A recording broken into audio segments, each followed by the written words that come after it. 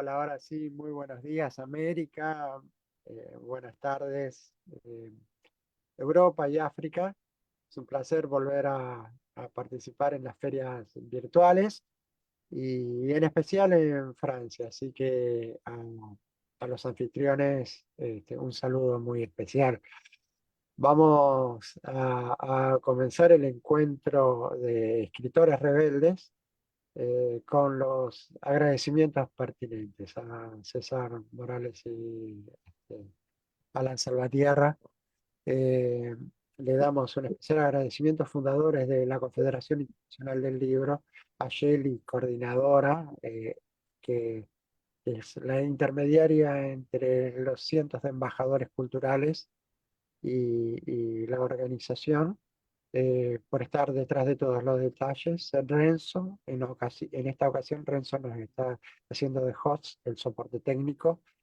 Vaya el agradecimiento también y a nuestra querida Lourdes, histórica diseñadora de los flyers que nos acompañan. Así que, bueno, no quiero dejar pasar también un especial agradecimiento y saludo a Natalia, quien es Natalia Martino, quien es la coordinadora de nuestros colectivos, los colectivos que articulo desde el rol de embajador cultural, que son el Hernautas, Comunidad Duncan, la Sociedad Argentina de Escritores, la filial San Martín. San Martín es una ciudad suburbana de la capital federal de Argentina, de Cava, de Buenos Aires, y autores locales de Pilar. Pilar también es una ciudad del conurbano norte de Buenos Aires. Así que estos cuatro colectivos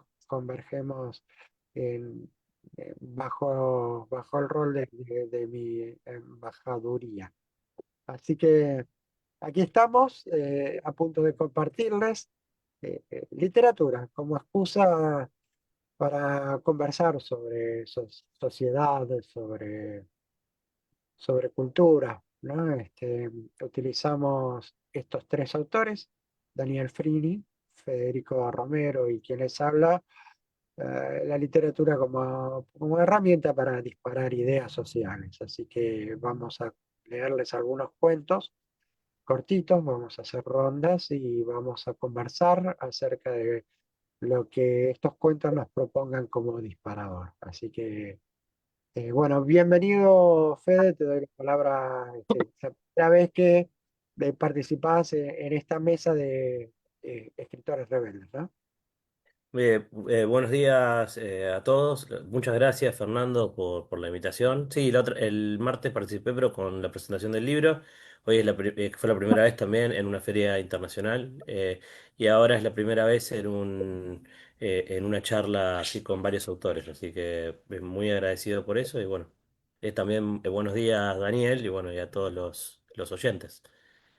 Sí, sí, Bueno, una charla, una mesa que tiene continuidad en otras ferias, ¿no? Anteriores y en las que vienen. Es un espacio que armamos para este tipo de cuentos sociales. Bienvenido, Dani, encontrarnos de nuevo, es un placer. hola Fer. Eh, un gusto, la verdad, estar de vuelta con este ciclo y muy agradecido por contar, por tu invitación para participar. Y bueno, vamos de vuelta. Bueno.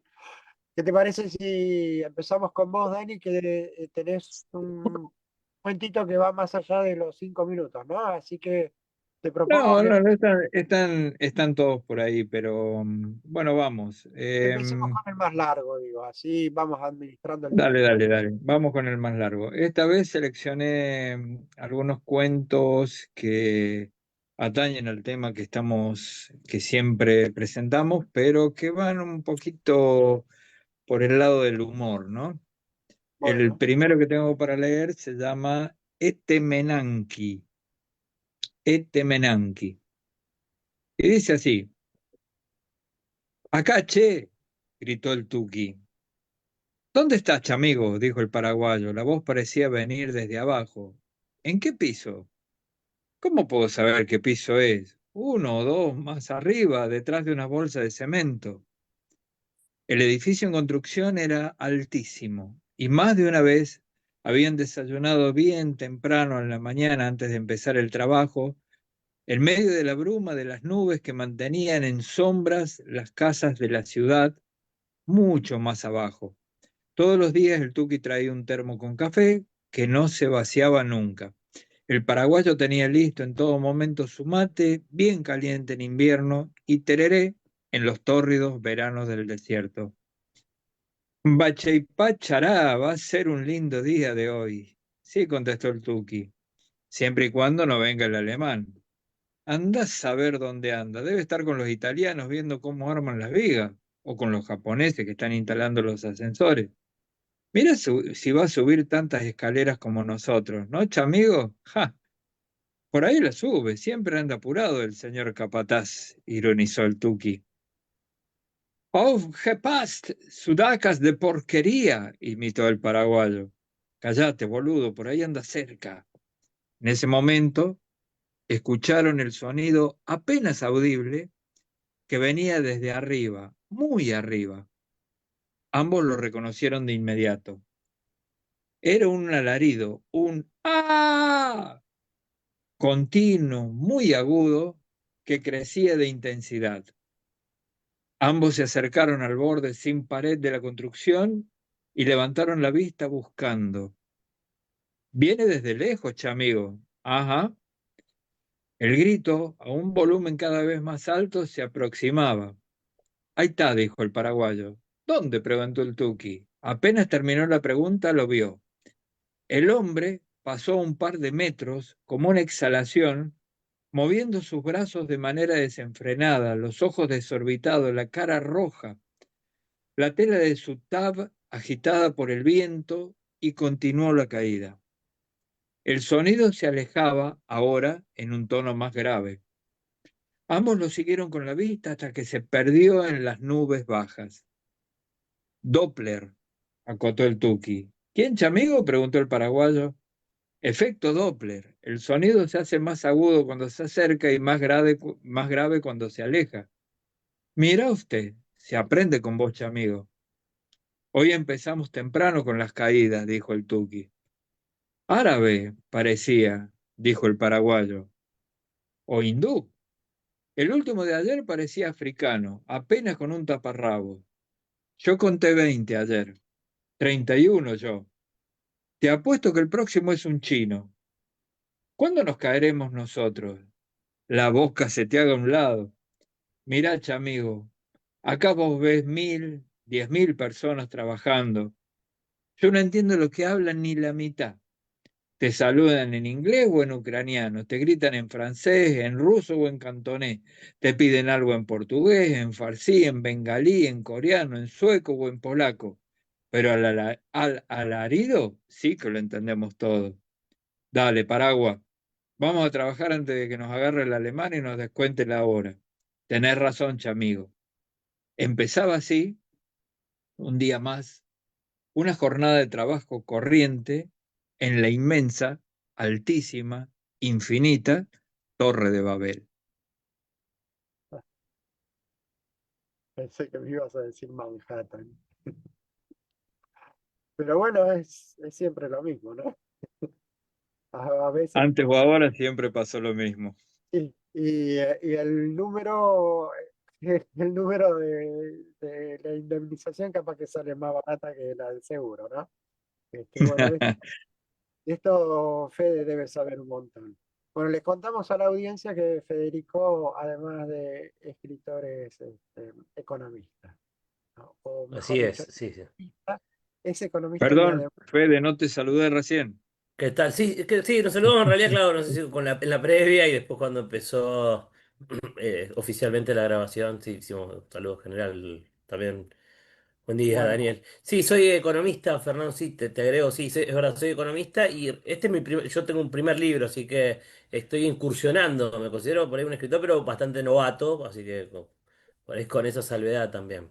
bueno, te propongo ahora que escuches el cuento que traigo para empezar esta ronda, para que te vayas interiorizando de por dónde viene el encuentro, ¿no?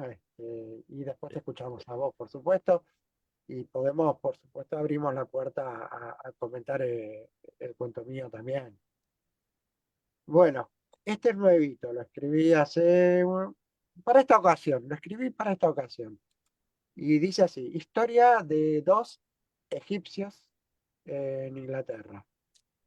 Y está basado en hechos reales, ¿eh? Así que tomé noticias y a partir de esas noticias decidí escribir esto que dice así, en tono de noticia.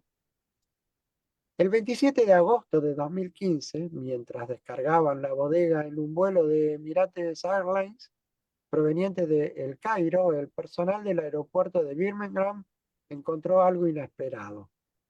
Una gata de apenas 6 semanas, acurrucada entre cajas y maletas. Nadie la había registrado, nadie la había visto subir, nadie sabía cómo había llegado ahí. Era pequeña, pelirroja, con los ojos aún turbios por la edad. Había sobrevivido a más de 3.000 millas de vuelo en la oscuridad, sin alimento, sin agua, sin compañía. El avión había despegado desde el Aeropuerto Internacional del Cairo, cruzando el Mediterráneo, sobrevolando Europa y aterrizando en Inglaterra sin que nadie notara su presencia. Cuando la descubrieron, estaba temblando, pero viva. La trasladaron a un centro de cuarentena en Solihull, donde pasó 2 semanas bajo observación médica y psicológica. Emirates Airlines ofreció cubrir los gastos y el consejo local asumió el protocolo como si se tratara de una ciudadana más. La bautizaron Cairo, en honor a su origen y la travesía que había realizado sin saberlo. Fue esterilizada, desparasitada, alimentada con cuidado. Leinenskatzrescue, perdón la pronunciación, un refugio con política de no eutanasia, se hizo cargo de ella durante los primeros días. Cairo dormía enroscada en una manta térmica, comía con lentitud y no emitía sonido alguno. Luego empezó a explorar, a trepar, a maullar. En menos de una semana, varias familias inglesas se postularon para adoptarla. La historia se difundió en medios británicos como una odisea felina, un milagro aéreo, un gesto de humanidad. En redes sociales los comentarios se multiplicaron. ¡Qué ternura! Ese gato merece una estatua. Ojalá todos los viajeros fueran así de silenciosos. Algunos usuarios incluso compartieron videos de sus propios gatos reaccionando a música egipcia, como si el linaje de Barstet se activara por sonidos. La emoción fue transversal, desde amantes de los animales hasta comentaristas de política exterior celebraron la llegada de Cairo como una pequeña victoria del azar. Ahmed llegó al Reino Unido en octubre de 2022, no en avión, no en bodega, no por accidente. Cruzó el Mediterráneo en una embarcación pesquera, luego el Canal de la Mancha en una lancha neumática. Tenía 42 años. Había trabajado como pescador en Libia y buscaba una forma de sostener a su familia. En Londres consiguió empleo en una cocina industrial en Essex. Dormía en una habitación compartida, enviaba dinero a casa, hablaba poco. Durante meses su vida fue invisible, pero no estaba solo. Desde su casa en Icewood, Ahmed coordinaba llamadas con migrantes que aún no habían cruzado. Les explicaba cómo preparar el viaje, qué llevar, cuánta agua cargar, cómo pedir ayuda si el motor fallaba. En algunos casos los alojaba antes de embarcar. En otros ayudaba a conseguir embarcaciones. Tenía experiencia marítima, conocía las rutas, sabía leer el viento. En una conversación grabada por la Agencia Nacional del Crimen, se lo escucha decir: no les prometas nada, solo no les prometas nada, solo que lleguen vivos. En otra, advierte sobre los teléfonos móviles. Si los encuentran, los tiran al mar. Mejor que no los lleven. En junio de 2023 fue detenido en su domicilio. La fiscalía lo acusó de haber facilitado 7 travesías entre 2022 y 2023, en las que cruzaron casi 3.800 personas desde las costas de Libia hacia Italia. Se le imputó haber lucrado con la operación, aunque él declaró que su motivación era ayudar a quienes no tenían otra salida. No es negocio, dijo en su declaración. Es lo que haría cualquiera si supiera lo que pasa allá. El juez lo condenó a 25 años de prisión.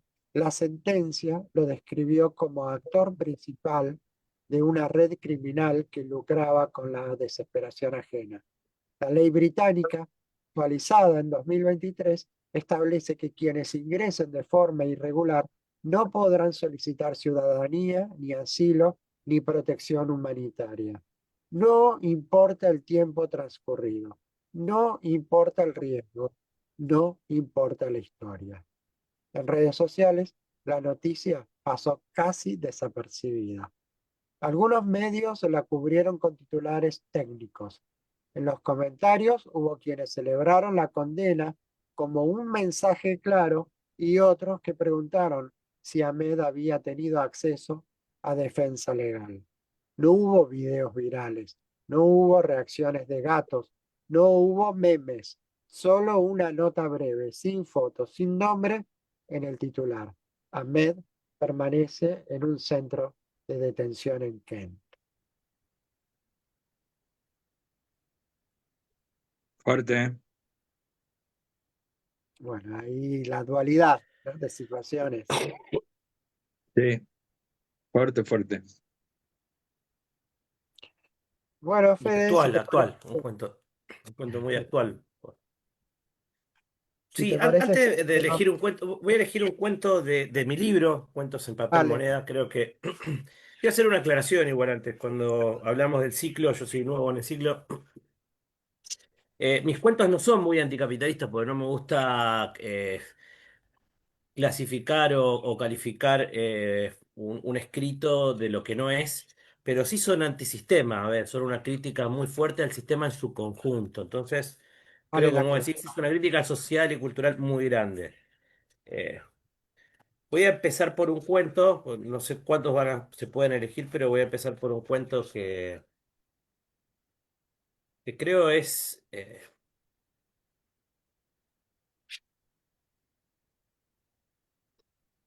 tengo- Sí, dale, por supuesto.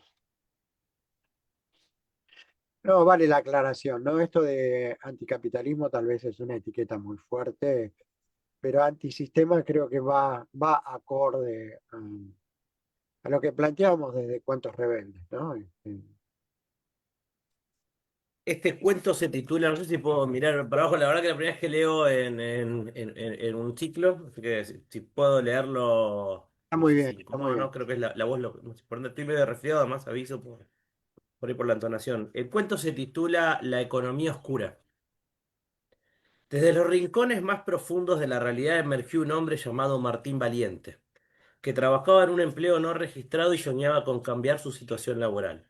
Martín era un hombre honesto y responsable, y deseaba tener un empleo legal que le brindara estabilidad y protección. Sin embargo, al adentrarse en el mundo laboral formal, descubrió una realidad desalentadora. Martín se dio cuenta de que gran parte de la economía funcionaba en la oscuridad, sumergida en la informalidad. La carga impositiva era exorbitante y los impuestos resultaban abusivos para empresas y para trabajadores. Cumplir con todas las obligaciones fiscales podía llevar a la quiebra de muchas compañías, por lo que preferían operar en la clandestinidad trasladando el costo del sistema que funcionaba mal a los trabajadores. La paradoja más impactante fue descubrir que el mayor empleador en negro era el propio Estado. Si bien perseguía y multaba a las empresas y a los individuos que contrataban en negro, el Estado no daba el ejemplo y recurría también a esa práctica. Era una contradicción que dejaba perpleja a la sociedad y generaba una profunda desconfianza en las instituciones. Martín se indignó al ver cómo el sistema estaba corrompido desde su esencia. Los ciudadanos se veían obligados a lidiar con una carga tributaria asfixiantes, mientras el Estado te saltaba sus propias reglas. Esta situación generaba un clima de desigualdad y desesperanza en la sociedad. Después de años de lucha y perseverancia, Martín finalmente tomó una decisión valiente. Consciente de la paradoja y la hipocresía del Estado, decidió denunciar al gobierno por su práctica de contratar trabajadores sin registrarlos. Su objetivo era exponer la corrupción y exigir un cambio real del sistema. Sin embargo, Martín no esperaba que lo que descubriera lo que descubriera durante su investigación. A medida que profundizaba en el tema, se dio cuenta de que la economía del país estaba completamente sumida en la oscuridad. Ya no existían trabajadores registrados ni empresas legales. Todo el entramado económico se había convertido en una malla de actividades sumergidas y de evasión fiscal total. Esta revelación dejó a Martín con una sensación de desesperanza. ¿Cómo podía cambiar algo tan arraigado y tan sistémico? Sin embargo, su espíritu valiente y su determinación no se desvanecieron. Decidió que usaría sus últimos ahorros para iniciar una empresa registrada, convirtiéndose así en el único ciudadano de Corrupcionlandia con un negocio legal. Es gracioso también el cuento, tiene su tinte de humor, como decías también Daniel en el medio. Mostranos el nombre, Fede, del libro, Sí. eh, Cuentos en papel moneda y el Relatos de terror y economía. relato de terror y economía. Y Martín Valente es un No sé qué personaje, me da más miedo, si el terror o la economía. Bueno, esa es la idea del libro. Me decía Fernando, Martín Martín Valiente. Valente es un personaje recursivo, ¿no? Sí, Martín Valiente es el personaje que une el libro, es el personaje principal. Te lo resumo, nació en la mitad de la escritura de este libro. Eran cuentos separados y la verdad es que Martín Valiente lo creo como unificador de los cuentos porque se puede leer a estilo Cortázar sin ningún orden cada cuento, pero Martín Valiente es el personaje que transita cada uno de los universos. Y bueno, es un ciudadano común, lo único que puedo decir es un ciudadano común que vive los terrores económicos, sociales, políticos y culturales. Por eso Sí. creo que tiene que ver con esta charla también, esa visión de... Bueno, no sé cuáles son los cuentos que seleccionaste para la segunda y tal vez si tengamos tiempo de hacer una tercera ronda, pero en una de ellas capaz que nos volvemos a encontrar con el personaje. Seguramente, en algunos es explícito y en otros está implícito, pero es Martín Valiente, digo, por las dudas que no se lo nombren si es que hay otro cuento. Yo lo tengo acá pendiente, ¿eh? Lo estaba mostrando recién Mucho. libro, ¿no? Dani, ¿seguimos? Seguimos. Este se llama Blues para una princesa triste. Cuando Bella se casó con Lord Bestia, imaginó otra vida. No entendía cómo aquel hermoso hombre en que se transformó el monstruo después del beso podía ser tan asqueroso. No eran solo los calzoncillos y las medias hediondas tirados por toda la casa, ni la puerta del baño abierta y el tremendo olor a descomposición que inundaba el palacio todas las mañanas y para el cual no había tea encendida capaz de neutralizarlo.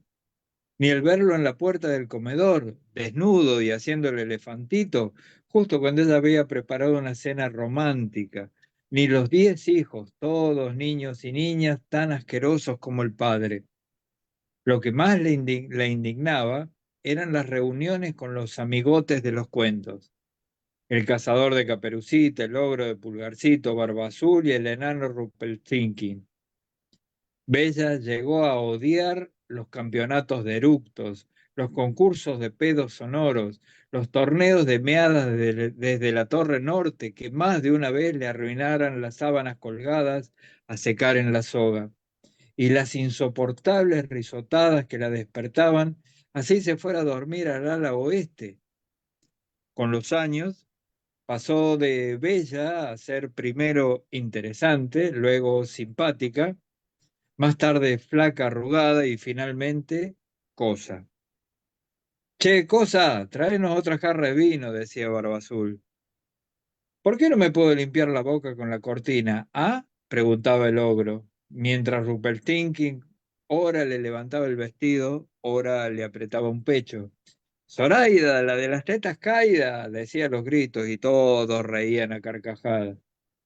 Ya ni siquiera Príncipe Valiente la visitaba, como supo ocurrir en una época, cada vez que Bestia y sus amigos salían de cacería. Tampoco contestaba a sus palomas mensajeras. Recordaba como si hubiese ocurrido hace instante su último intercambio de palabras en el mercado. Salí, fea, dijo Valiente, y se alejó en su corcel, seguido de su guardia personal, mientras a ella se le caían las papas de la bolsa de las compras. Eventualmente abandonó a su marido, armó su morral y se dirigió al bosque. Consiguió un conchavo por casa, comida y unas pocas coronas para sus gastos personales en la casa de los 7 enanos. Alguien debe limpiarla y hacer la comida ahora que se fue Blancanieves. Sabe que por lo bajo se burlan de ella, pero al menos son más decentes y aunque sea por simple piedad le hicieron caso y ahora levantan la tabla del inodoro cuando van a orinar. Pensaba, pensaba en otros cuentos que habías compartido, digo, por esto de revisitar los clásicos y contarlos de otra manera, ¿no? Y pensaba, la vez pasada habíamos compartido un cuento de Noé y se me ocurre preguntarte, Dani, lo primero, si estos cuentos están publicados y en dónde. Y después, ¿qué Algunos te... sí, otros no.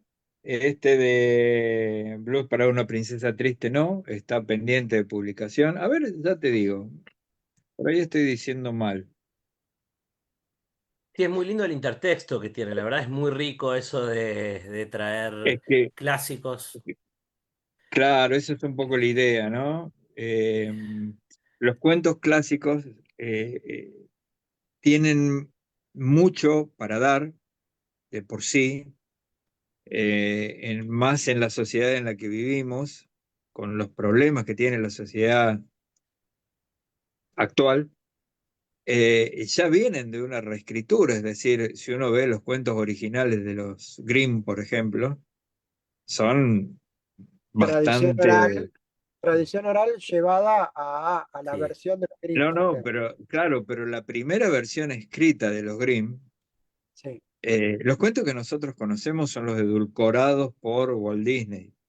claro. Las primeras versiones, por ejemplo, no sé, qué sé yo, a la madrastra de Blancanieves le ponen zapatos calentados al rojo vivo y la hacen bailar hasta que cae muerta. Así termina el cuento Grimm. O, no sé, las hermanas de la Cenicienta se cortan los dedos de los pies para que los pies entren en el zapatito. Y está explícito así en las primeras versiones, o sea que nosotros A, ya nos llega Caperucita abriéndole el estómago al Sí. lobo para sacarle para sacar la comida abuela. y ponerle piedras y después coserlo de nuevo y para que se vaya creyendo que tenía la abuela en el estómago cuando tenía piedras y Eh, muriéndose por claro, comer. o sea, hay tanto ya de reescritura que da tranquilamente para una reescritura más. De hecho, hay Es que me un parece una buena montón. actualización la tuya, una reescritura necesaria, porque digo, ya que hubo reescrituras para adaptarlo, digamos, a determinadas posiciones, determinadas intenciones, me parece que la tuya es muy interesante porque te lo actualiza a esta realidad. La otra a veces queda como vamos, en un cuento de hadas, queda en un...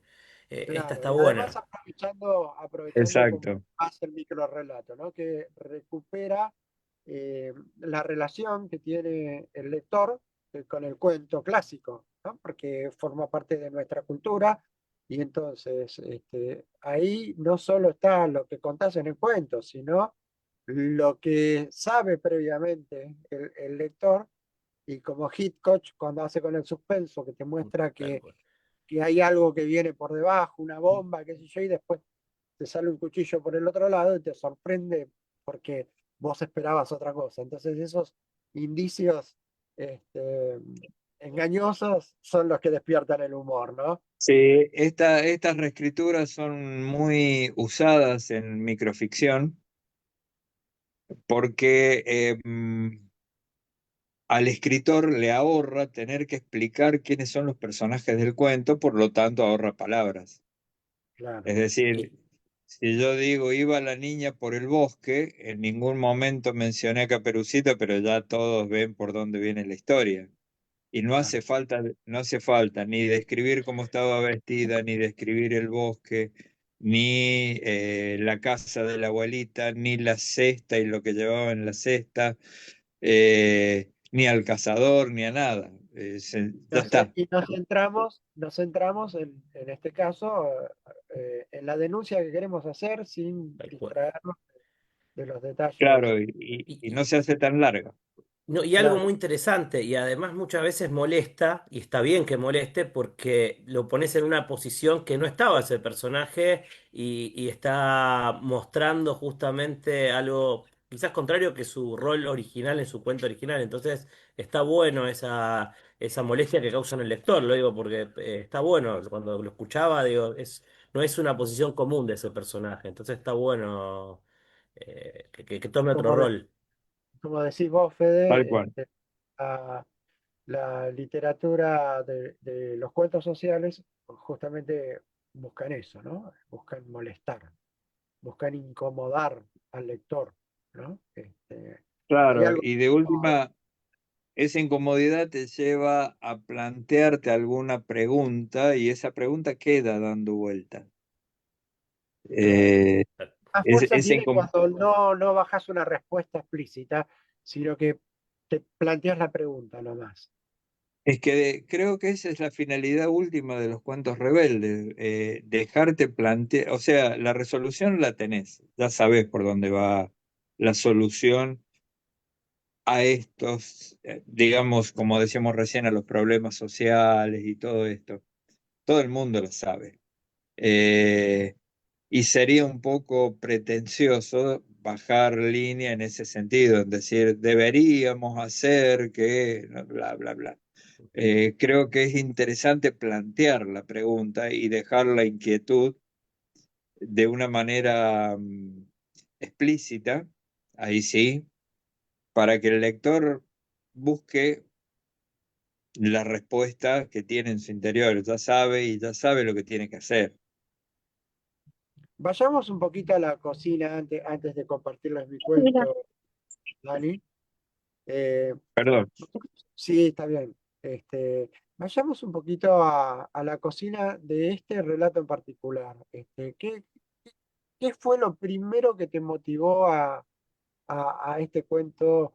No sé si de ponerle etiqueta de feminista, ¿no? Pero a hacer esa crítica a. Creo que no pasó por eso, pasó más vale por otra cuestión. Por eso te pregunto, sí. Se me metió alguien y me dejó la puerta abierta. Creo que pasó por otra cuestión que tiene que ver con el hecho de que la primerísima idea que en general, con la que en general ataco este tipo de cuentos, ataco en el sentido de la hoja en blanco y me pongo a escribir, no un ataque al fondo del cuento. Tiene que ver con el hecho de decir, bueno, ¿qué pasó después? O sea, y fueron felices y comieron perdices de los cuentos clásicos. Viene por Eh, ahí. no, esa es la primera idea. La primera idea que es un poco eh, lo que ronda todos estos tipos de cuentos cuando escribo este tipo de cuentos. La segunda idea tiene que ver con, y si en lugar de, o sea, una cuestión fáctica, es decir, y si hubiera pasado tal o cual otra cosa. Eh, y la tercera, sí, buscar el sentido. Quizá el momento de ser escrito no es tan centrado en lo social o en esta cuestión de la rebeldía, por ponerle un rótulo más abarcativo, sino de poner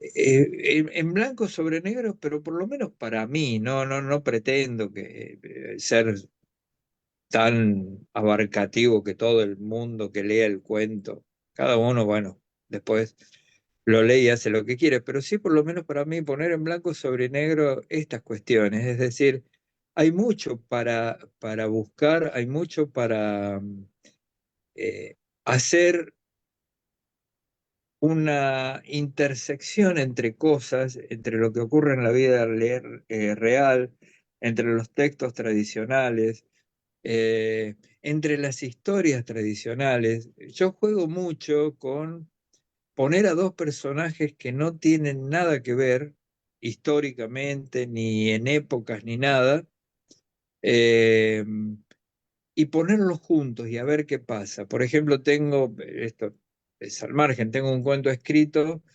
donde el Quijote y el Martín Fierro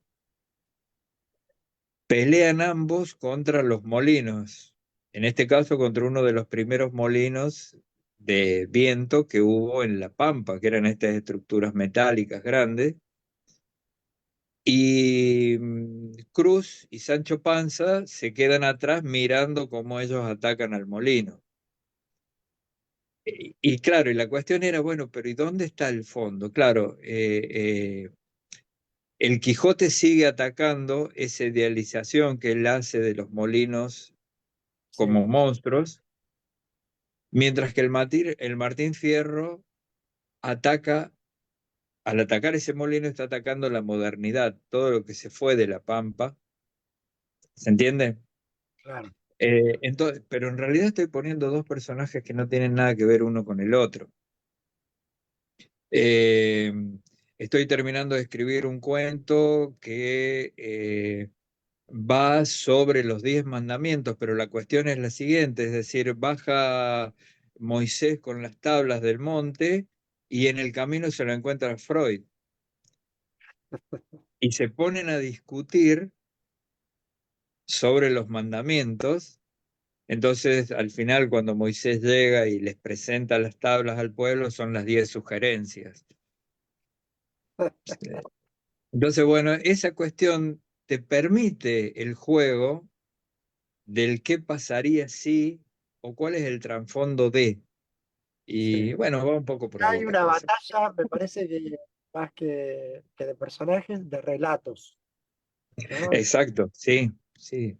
De mitos, Sí, porque aún los constructos que puedan hacer unos y otros, en este caso que mencionaba, es el mito hebreo de las tablas de la ley y lo que se puede construir como una mitología, por ahí soy muy...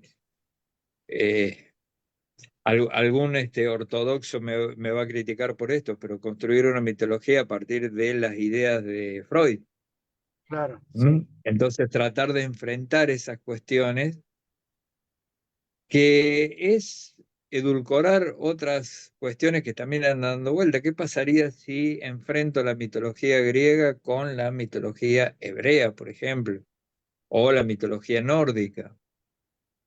Eh, entonces, bueno, van surgiendo ideas, el qué pasaría si, que decía, Igual y esas no ideas, estamos tan alejados de la realidad, ¿eh? Dentro de la historia tenemos a Atahualpa agarrando la Biblia cuando le dicen, Dios nos dio esta tierra. Y el tipo Atahualpa haciendo así con la Biblia, que es la palabra de Dios. Así pasándose esto no suena, Sí, no Y, dice nada. Y tirándolo al piso y escupiéndolo y bueno, y ahí y, tenemos y ahora que estamos también que aprovechando la Feria de Francia, tenemos también a Camus con el mito de Cifiso, o sea, también lo tenemos ahí trayendo algo a la claro, modernidad, algo, una por obra supuesto. maestra. Por supuesto, la idea un poco es reescribir lo que nos pasa ahora. Eh, Tampoco es nuevo, ni soy original, ni nada, ni pretendo serlo. Hay varios autores que dicen que la ciencia ficción en realidad es una forma de criticar la actualidad o las actualidades, de acuerdo al momento en que haya sido escrito, La ciencia ficción habla eh, más de la actualidad que del futuro. hablan más de la actualidad que del futuro. El cuentito lo ponen en el futuro, lo ponen con máquinas, con extraterrestres y qué sé yo, pero en realidad están hablando o criticando, la mayoría de los autores, a relatos o a relatos impuestos por cada uno de los gobiernos, o sea, haciendo crítica social. Yo tuve Y la Y Aldous es, oportunidad, Huxley, Orwell lo hacían. De hecho, bueno, bueno, no son claro, futuros no, iguales, ni pero hablar. no es el futuro tal cual la característica, pero sí es el futuro tal cual la esencia del problema. Creo que ellos supieron ver eso, supieron ver cuál era el Ahí, problema. ese es Exacto. ese es Eh, la cuestión. el Y objetivo. el lector de ciencia ficción sabe ver eso. Y en general se tiene la suerte de que el que está, yo recuerdo un montón de títulos de ciencia ficción escritos en la época del gobierno militar, del proceso, que criticaban, o sea, leídos hoy, es una pero crítica recontra abierta al proceso, y sin embargo el gobierno de ese momento, los militares no se dieron cuenta. yo tuve la Pasó. oportunidad para esta Navidad de escribir o reescribir una versión de un cuento de Isaac Asimov donde contaba la historia de un robot, ¿no? Y cómo el robot eh, con tareas domésticas iba teniendo choques culturales con un niño que lo maltrataba, ¿no? Y entonces se me ocurrió tomar ese cuento y readaptarlo con lenguaje moderno y todo, pero en la medida que vas avanzando, yo lo que le proponía era no un cuento futurista de ciencia ficción, sino tomar el corazón de lo que había querido contar Asimov y situé el mismo cuento en el contexto de la colonia, la época de la colonia en Argentina en 1800 y pico, antes de la declaración de independencia de vientre, ¿no? De la esclavitud. Entonces reemplazo al robot por un esclavo. Y, y realmente quien leyó los clásicos ahí encontraba una actualización. Y se trataba de lo Sí, mismo. y Claro, hablando de cuentos rebeldes, se podría reemplazar por una empleada doméstica. claro, exactamente. Yo había hecho eso, ¿no? Y Tirarle eso ideas es lo que a vos para que piensen, para que relacionen no solo el robot con el esclavo, sino con la empleada doméstica actual y la relación en el maltrato, ¿no? Del niño que estaba, es que obviamente, Asimov de lo que eso cuenta se es que trata, al criado, ¿no? de eso se trata muchas veces, sin ir a la nouvelle y mucho menos a la novela, sino a un relato, en general relatos cortos, es abrevar en los clásicos, en los cuentos tradicionales, te da esa facilidad de que quien lo lee ya sabe un montón de cosas. Claro, sí, Ya está al tanto de lo de quién es el personaje. Claro, evidentemente, si lo va a leer probablemente un chino, no digo sí, un chino de Pekín, sino del interior de la China, no tenga la menor idea de quiénes son, no sé, el ogro y lo demás, pero digamos, en nuestra cultura, la que nos rodea, no está escrito para los chinos, está escrito para que lo leamos nosotros. Todos sabemos de qué se trata. Eh, Quizá incluso para esta reunión que homenajea a Francia, si yo hubiese escrito un cuento basado en las tradiciones de los pueblos originarios, no se ha entendido en Francia. ¿Se claro. entiende? O sea, a nosotros nos llegan los cuentos de Centro Europa, como cuentos tradicionales a través de los Grimm y demás, justamente porque somos descendientes de ellos. Sí. Eh, y porque ha habido un avance cultural bastante importante en cuanto a la colonización y demás. Pero son un buen método para transmitir mensajes nuevos. Yo lo Bueno, considero así. les propongo con el cuento, yo les iba ahora a leer, a compartirles un cuento y tenía otro de reserva y cambio ahora. A propósito de la charla, les voy a traer el que tenía de reserva.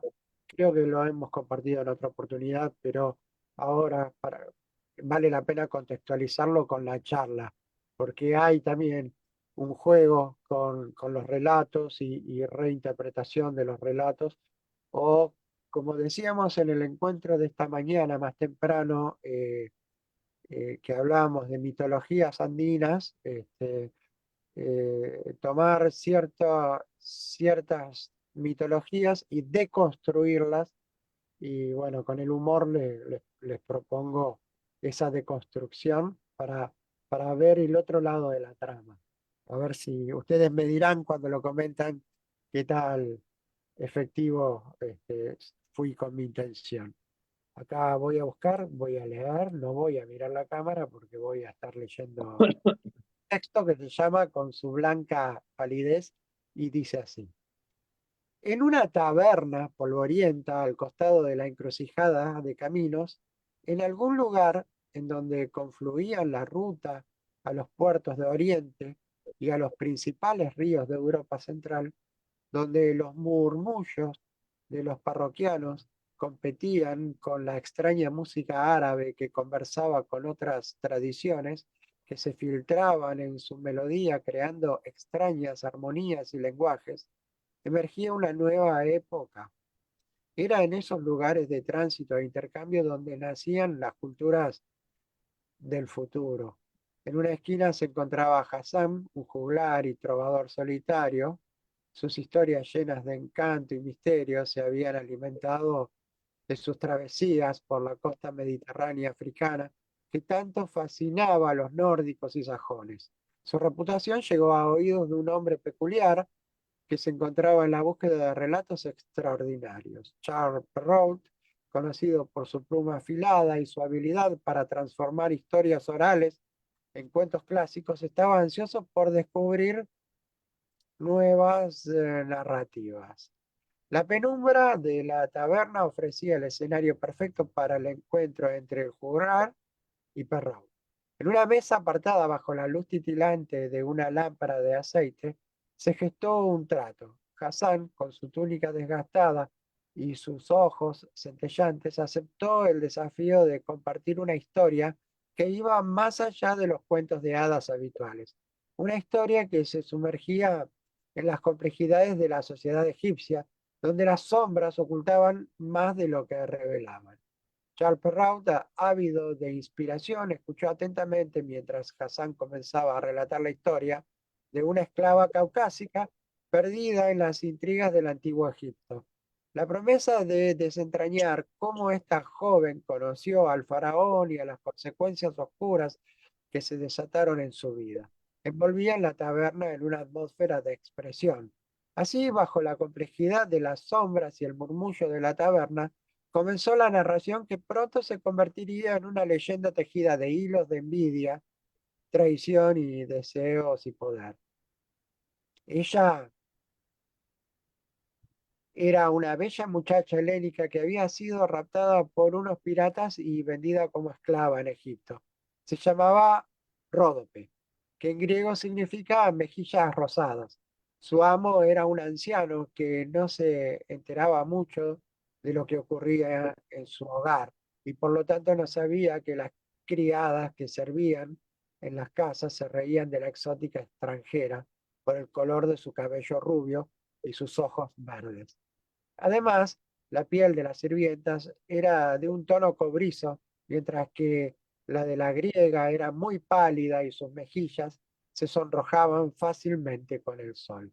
El musulmán comenzó su relato buscando en la entonación provocar una conexión empática con el célebre francés. Alrededor de la crítica de los morenos, hacían sobre la palidez de los caucásicos, pero no lo logró. Si bien el parisino en la disputa entre antiguos y modernos en la Academia de Letras encabezaba la fracción de los modernos, su trayectoria política siempre fue lo suficientemente ambigua como para sobrevivir y acomodarse al poder de turno. De modo que estaba ahí buscando cómo apropiarse de relatos populares y adaptarlos a las necesidades del momento, convertir lo exótico en cotidiano. Excluía subrayar este tipo de guiños. Bueno, una pequeña, una Sí, pequeña reflexión, un cuento sobre el origen de uno de los cuentos de Perrault. es justamente de lo que estábamos hablando, ¿no? De cómo uno abreva en lo que ya conocido, en lo que tenemos en ese inconsciente cultural, que a veces ni sabemos que lo tenemos, ¿no? Claro, Y, y se hace una pequeña mención y ya lo recordamos. Así que está muy interesante, muy interesante. Fede, te escuchamos, ¿tenés otro cuento para compartirnos?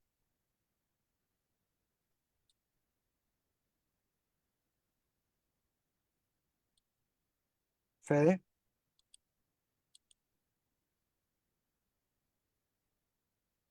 Ah, papá.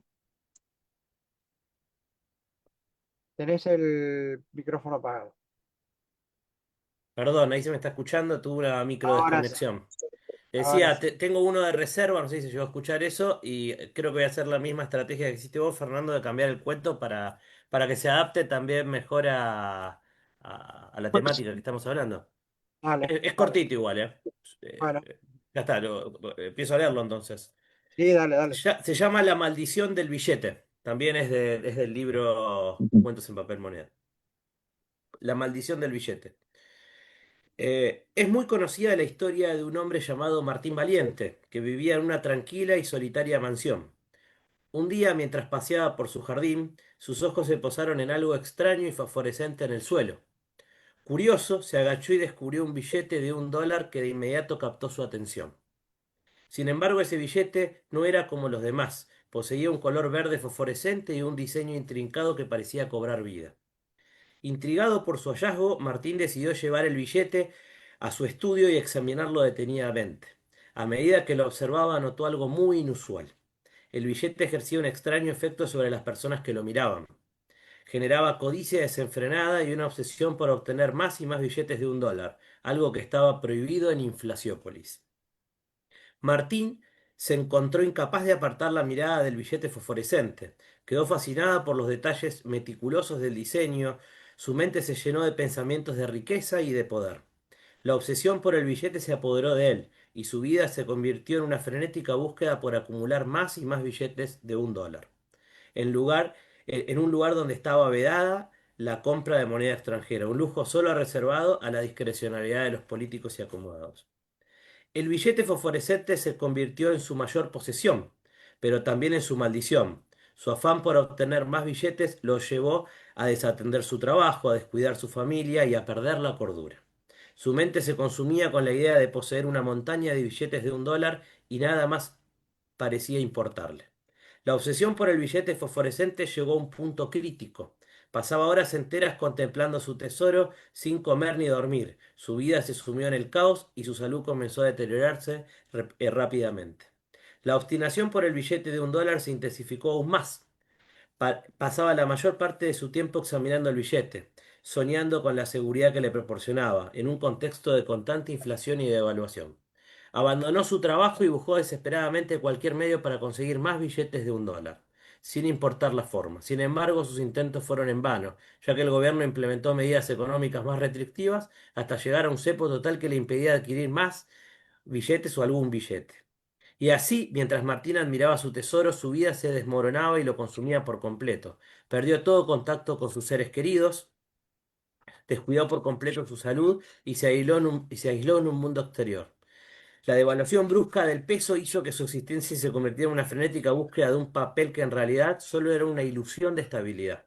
El brillo fosforescente del billete se desvaneció, revelando su verdadera naturaleza. La escasez de los billetes de $1 era el reflejo de políticas económicas agobiantes y perjudiciales que asignaban más valor del que realmente tenía. Finalmente se encontró solo y arruinado. Su obsesión había consumido su existencia por completo. En un último acto de desesperación, decidió deshacerse del billete de $1 que lo había llevado a la ruina. Lo arrojó al fuego, observando cómo las llamas devoraban su antiguo tesoro. En ese momento comprendió que el verdadero valor no residía en la acumulación de dinero, sino en las relaciones y experiencias que dan sentido a nuestras vidas. Y que ante contextos económicos tan adversos, nada puede hacer sino cambiar la forma de participar en la política, volviéndose más activos, votando a políticos más honestos, buscando otras propuestas lo más alejadas posibles del populismo intervencionista y devastador. Claro, Me siendo hiciste, economista no tenés para aburrirte nunca.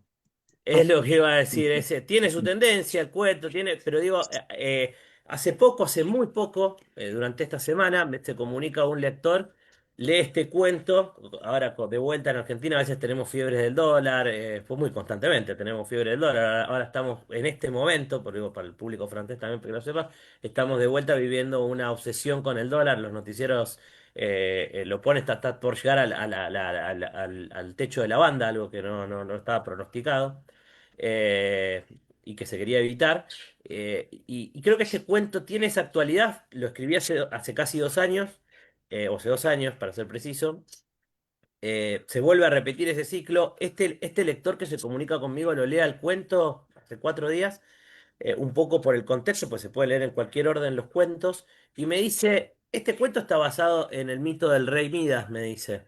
Lo leía el cuento y la verdad que es muy parecido, pero yo no me basé en ese cuento, yo me basé, o hice hablando de clásicos, me gustó esa comparación porque la verdad que está, si se quiere, inconscientemente basado en ese mito, pero yo me basé en el escarabajo de oro de Edgar Allan Poe.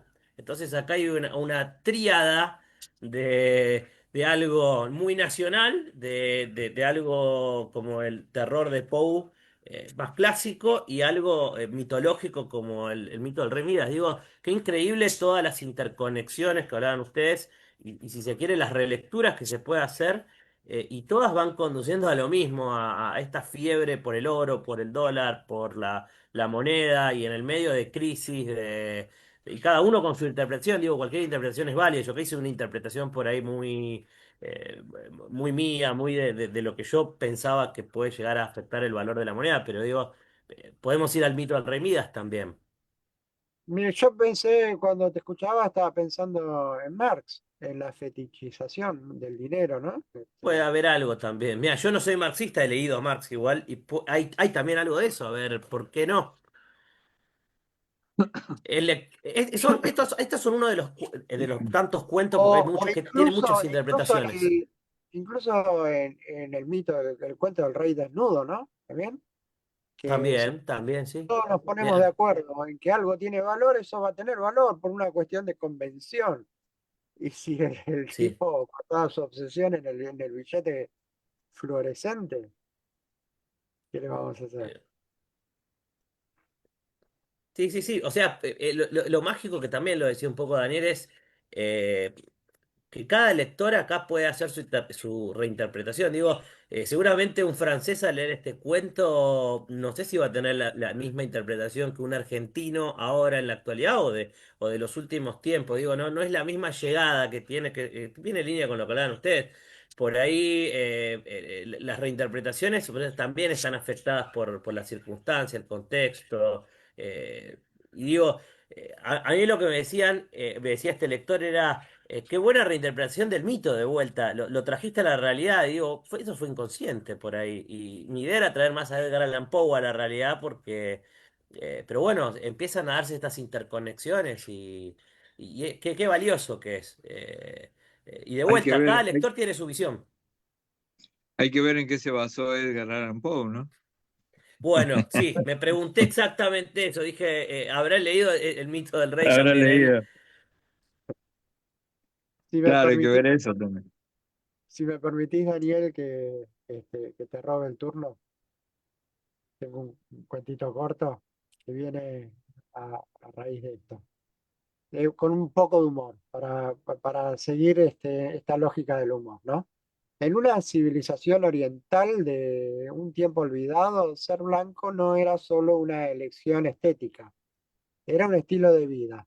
Las clases altas, tan alejadas del trabajo como del sol, se confinaban en palacetes cerrados diseñados para protegerlos de todo contacto con la naturaleza. El exterior es peligroso, repetían, mientras acariciaban sus pálidos rostros como si temieran deshacerse con el viento. La blancura, enseguida, gracias al ungueto conocido como blanco eterno, era un símbolo de refinamiento. Mientras los campesinos enfrentaban tormentas y cosechaban bajo el sol abrasador, los aristócratas se entretenían elaborando reglas para juegos que nunca jugaban. El blanco eterno, desde su creación accidental por el boticario Shen, había sido venerado como una revelación divina. Sin embargo, pocos sabían que su elegante blancura ocultaba un problema persistente, un sutil pero inconfundible olor a pescado. Es el aroma de la abundancia, símbolo de pureza, aseguraban los alquimistas del palacio, aunque las masas sabían que era el resultado de un aceite rancio que Shen había usado sin pensar. Desde su retiro, el boticario observaba el absurdo desde lejos, ahora reemplazado por alquimistas ansiosos por mejorar el producto.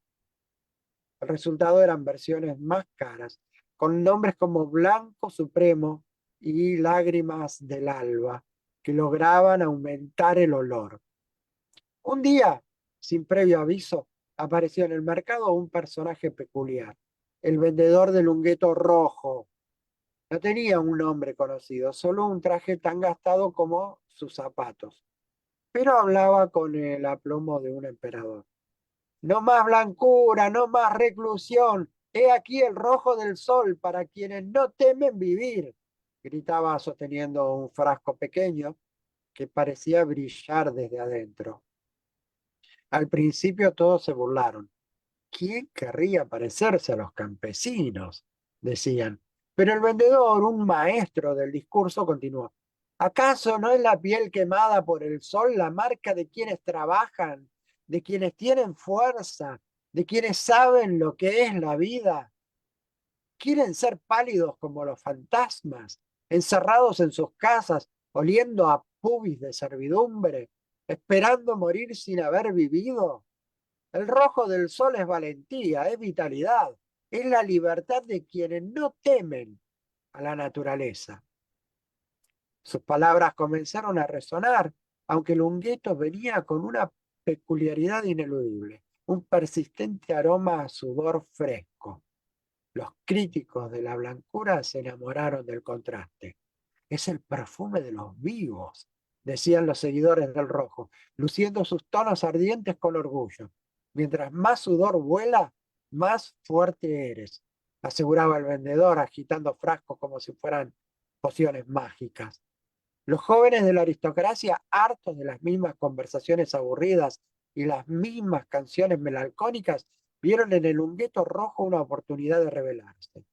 Nosotros también queremos vivir, decían, comprando frascos a escondidas y untándose la piel hasta parecer brasas humanas. Para ellos el rojo no era vergüenza, era el grito de desafío. El movimiento creció y pronto los colores comenzaron a marcar una nueva división. Los blancos, encerrados en sus mansiones, observaban con temor a los rojos, que corrían al aire libre, organizaban competiciones y reían con la fuerza de quienes habían recuperado algo perdido. El blanco eterno dejó de ser un símbolo de perfección. Ahora era el color de los muertos en vida. Y el vendedor, el mismo que había llegado con zapatos gastados, empezó a vestirse de seda y a viajar en carrozas doradas. Cuando le preguntaron por su fórmula, solo sonrió. Un poco de pigmento, un poco de aceite y una pizca de lo que los blancos nunca han tenido, audacia. Y claro, un toque de sudor para que recuerden que están vivos.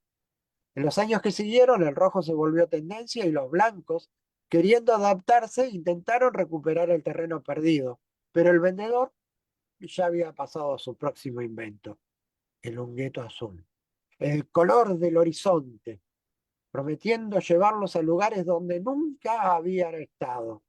Al grito de "el azul del horizonte", con el distinguido aroma a caballo, símbolo de la fuerza inquebrantable y la libertad salvaje. Porque ¿quién no quiere dejar atrás el perfume a pescado de los muertos o el sudor de campesino que asemeja al del mono irracional para oler como quien cabalga por la eternidad? Y Jen, desde su rincón de retiro, reía en silencio, recordando cómo un accidente y un buen discurso habían redefinido el concepto de la perfección.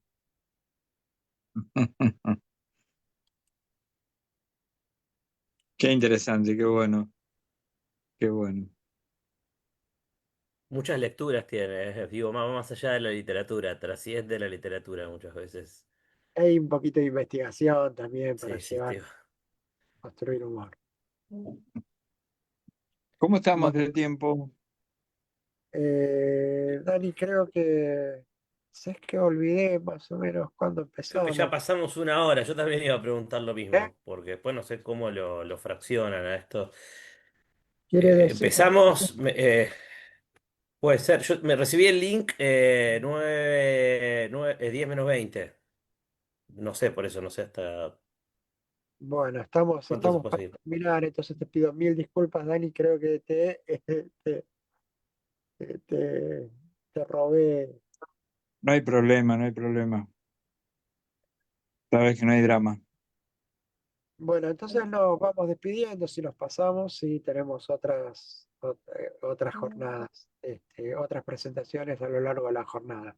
Fue un placer compartir con vos, Fede, por primera vez y te extiendo la invitación para el próximo encuentro de Cuentos Rebeldes, para que sigas compartiéndonos las aventuras de Valiente.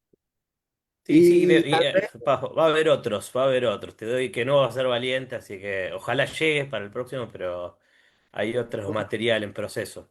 la próxima feria de Arequipa el mes que viene y seguimos con esta feria de Francia hasta el domingo. Vamos a cerrar con poesía, pero, pero vamos a presentar dentro de un rato otro libro también y otro autor que va a debutar en la feria en nuestros colectivos. Gracias, Dani. Un Nos placer volver a... vemos. Muchas gracias, Gracias, muchas Fer. gracias a ambos. Gracias, los dos Fer. Federico y Fernando. Bueno, chao, chao, nos vemos. De vuelta, muchas gracias.